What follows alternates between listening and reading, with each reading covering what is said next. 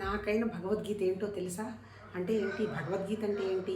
భగవద్గీత, ఉపనిషత్తుల సారం, బ్రహ్మసూత్రాలు వీటిని ప్రస్థానత్రయం అంటారు. అంటే ఏంటి?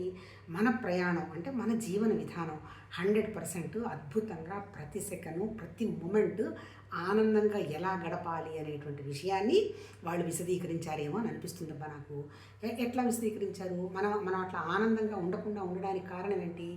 పుడుతూనే మనకేంటి అసలు యాక్చువల్గా ఏంటి ఏ ఏ కారణాలు, ఏ కోరికలు, ఆ తర్వాత సంస్కారాలు ఇవన్నీ కూడా మనకి చెప్పటమే తప్ప ఇదిగోనమ్మా నీకు ఈ సంస్కారం వల్ల ఇది జరిగింది అని ఎవరు చెప్పేవాళ్ళు లేరు. ఎందుకంటే మన ఆలోచనలు మనమే తప్ప పక్క వాళ్ళు ఎవరైనా చెప్తున్నారు అంటే అది ఎంతవరకు కరెక్టో మనం ఆలోచించుకోవాలి.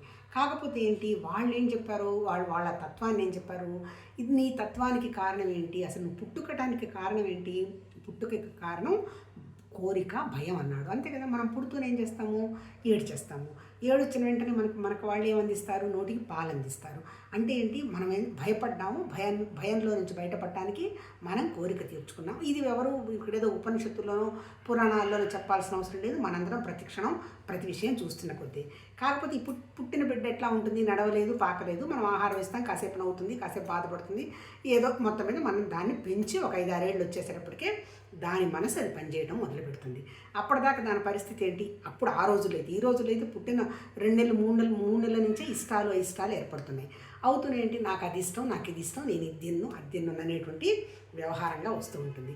అంటే ఏంటి, దాని మనసునిక స్ట్రాంగ్ చేసుకోవటం మొదలు పెడుతుంది. ఇప్పుడు పుట్టుక ఊహ సరిగా తెలియని పరిస్థితి ఏంటి, దాని మనసుకు దానికి స్ట్రాంగ్ లేదు, ఇన్ని పదార్థాలు ఉన్నాయని తెలియదు, ఏదైనా మనం ఇచ్చింది ఏదో తింటుంది. కాకపోతే ఏంటి, దాని మనసుకి ఆ కోరిక స్ట్రాంగ్ ఉందనుకో, నాకు ఇదే కావాలని పట్టుకుంటుంది.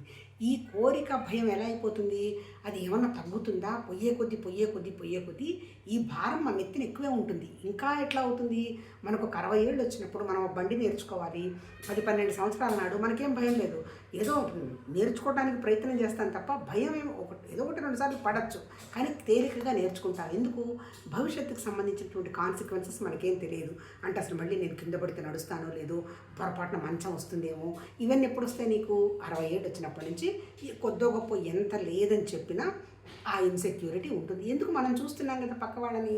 అంటే ఏంటి, మనం కొంత పుట్టినప్పటి నుంచి ఉన్నటువంటి ఈ భయము, ఈ కోరిక అనేటువంటి భారాన్ని మనం మోసుకుంటూ తిరుగుతున్నాం. ఇప్పుడు నిజం చెప్పాలంటే ఆధ్యాత్మిక సాధన ఏంటి, ఈ మోసుకొస్తున్న భయము, కోరిక, సంస్కారాలు, వాసనలు వాటికి నువ్వు తీసేసుకుంటూ రావాలి. ఎలా తెలుస్తుంది నీకు, నీవు శరీరం తేలికవుతున్నట్టు తెలుస్తుంది, అంటే మనసు పవిత్రం అవుతున్నట్టు తెలుస్తుంది.